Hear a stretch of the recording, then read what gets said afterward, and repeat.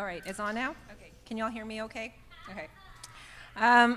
Good evening. My name is Tina Finley, and I was a member of the Kenya mission trip. Another round of applause to Mina for making an amazing video.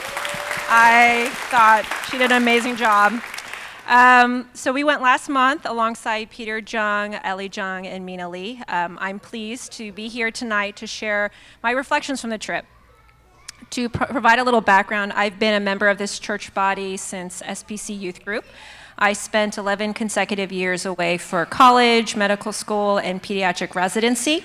And then we returned in 2013 with my husband to Houston and New Life Fellowship, and we're currently members of Congo House Church led by Daniel Kim.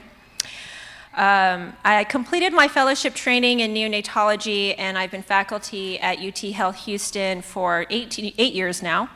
And some of you may not know what a neonatologist is. It's okay, I'm not offended. I take care of babies in the intensive care unit. So you saw a little bit of me doing that on the video. Like many Christ followers who go into the medical profession, I always had an interest to go on a medical mission trip. However, my last mission trip before going this year was in college when I went to Afghanistan to teach English. Life got busy, and as it were, 20 years had gone by before I signed up to this Kenya mission trip. And I'll be honest, it was kind of a casual decision because when I put my name on the paper, I thought I was signing up for a trip in 2025. And so I was really surprised when Peter sent me a welcome email with a very long to-do list for August. I had the moment of maybe I'll just bow out saying I have too many things on my plate, it wasn't great timing, I'd planned on 2025.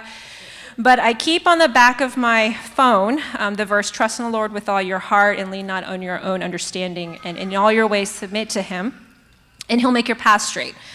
I need this daily reminder because by default I'm an over-planner, and I also need to trust in him and remember even if the path is not clear, it is indeed straight. So suffice it to say, it's clear to me now that his design was always for the four of us to go on this trip because there were several instances where this trip could have fallen through, and yet here we are. I think there's a lot of takeaways that I came from this trip, but just to consolidate, I think the main thing I experienced was what it meant to be a tent maker in the mission field. For those who may not be familiar with what a tent maker is, Apostle Paul is a classic example in the Bible. He used his skill to make tents that gave him the opportunity to go into different mission fields. So not only did this help cover his personal expenses, he could minister to people in his day-to-day interactions with people in the community. During this Kenya trip planning, Judy, who's one of the long-term missionaries you saw in the video, she's a fellow pediatrician, and her instructions to me were pretty clear. For 2 weeks, I'd be rounding in the NICU, taking overnight call, and giving lectures to ICU nurses. That's basically my job description at UT. So in terms of preparation, I just had to bring my pre-existing skill set and PowerPoint lectures. I did come with 2 huge bags of medical supplies donated with NICU supplies. But it goes without saying, having a medical degree gave me permission and special privileges to practice in a foreign land and foreign hospital that would otherwise not be possible. So to paint a picture of what my day-to-day was like, I would usually wake up to some weird exotic animal cry about 15 minutes before my alarm clock was supposed to go off. I would take a leisurely 5-minute commute by foot to the hospital. I'd run with my team starting around 9 a.m., which consisted of medical students, trainees, and mid-level providers. I would give afternoon lectures. You saw Peter being so engaged in one of them with me, to nurses and my medical team. And I was available to assist with any emergent deliveries, any procedures that need to be done. And then at the end of a day, I would head home. We'd help cook as a team for the Wins, Tony, Judy, and their kids, Hannah and Austin. And then oftentimes we would end the night with games, usually Settlers of Catan. And then we would debrief as a team before heading to bed. And then we just do that every day. So very quickly, I picked up alarming similarities with my life in the States, minus animals and shorter commute. There was a lot of parallels. So it would beg the question, which was one of the title of the last chapters in our Devo book that we were reading on this trip, is this worth all the money to go? I'm not talking just the money to go on the trip, but the money that I could be making in the States, either any of us could be making in the States, the travel, time, just so many expenses, right? So I'm going to read an excerpt that really hit home for me, because even as a regular mission trip financial supporter, I realize it's good to sometimes obey the command to go. The reason that Jesus said go is because one person has the strength from God that another person needs. We in one country need the strength that God has deposited in Christians from other parts of the world, and vice versa. You're being sent to places where you're going to pray, serve, preach, sing, testify, build, or train leaders like only you can do. No dollar bill can do it. You're going to meet people and form relationships that no amount of money can accomplish. One of the directives that Peter John gave us when we were preparing for this trip was that our goal was to encourage the Wens. In case you don't know them, they are the family in the video. They are long-term missionaries. They've been there for 6 years now. And he said we would do this by making them dinner as often as they'd let us and spending time with them. As a result, we all benefited because we ate better and played more than I have ever done on any mission trip I've ever been on. Rather than suffering, we would eat home-cooked meals and enjoyed amazing baked goods by Ellie and Mina.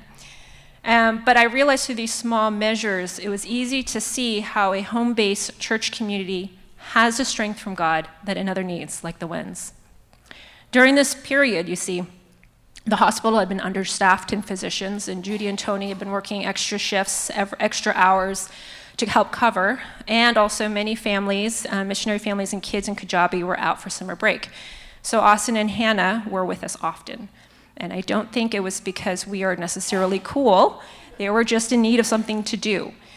I don't think, and in terms of serving the Wens, I could appreciate how God constructs a mission team. You see, the age of the team members were exactly 20, 30, 40, and 50 years old. I'll let you guess who's who.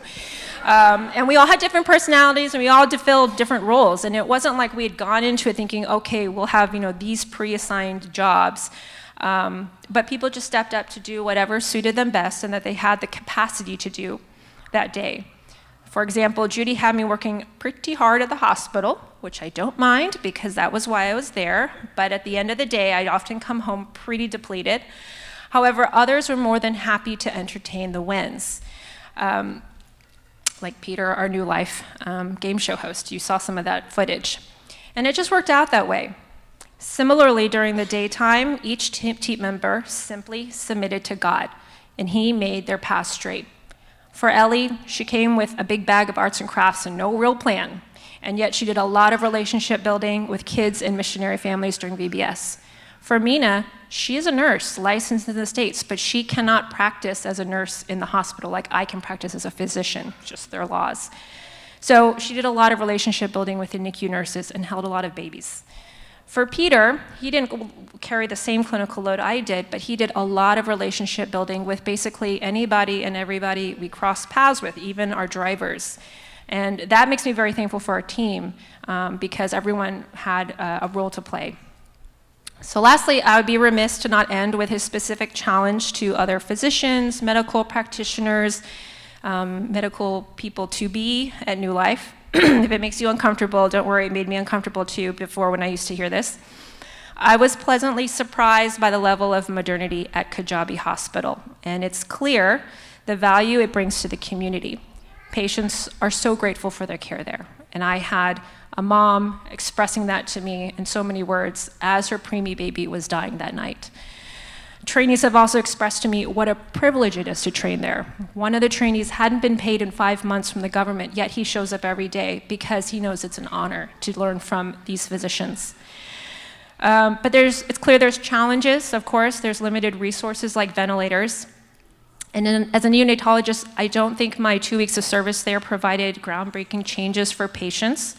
But I do think for the physicians there, our visits provide them respite from their clinical duties. It also allows them to examine their practice, that they're making, to ensure that they're making the best out of the resources they do have, as Judy often asks me my opinion on areas for improvement. And finally, if none of that compels you, Jesus told us to go. So for the sake of time and to spare getting too medically, I won't share the specific God encounters I experienced in the hospital, but if you're interested, feel free to approach me directly. I would just like to conclude with my gratitude and the support of New Life to allow me to experience the missionary life as a tent maker and to also be an extensive of this church to support the Winds.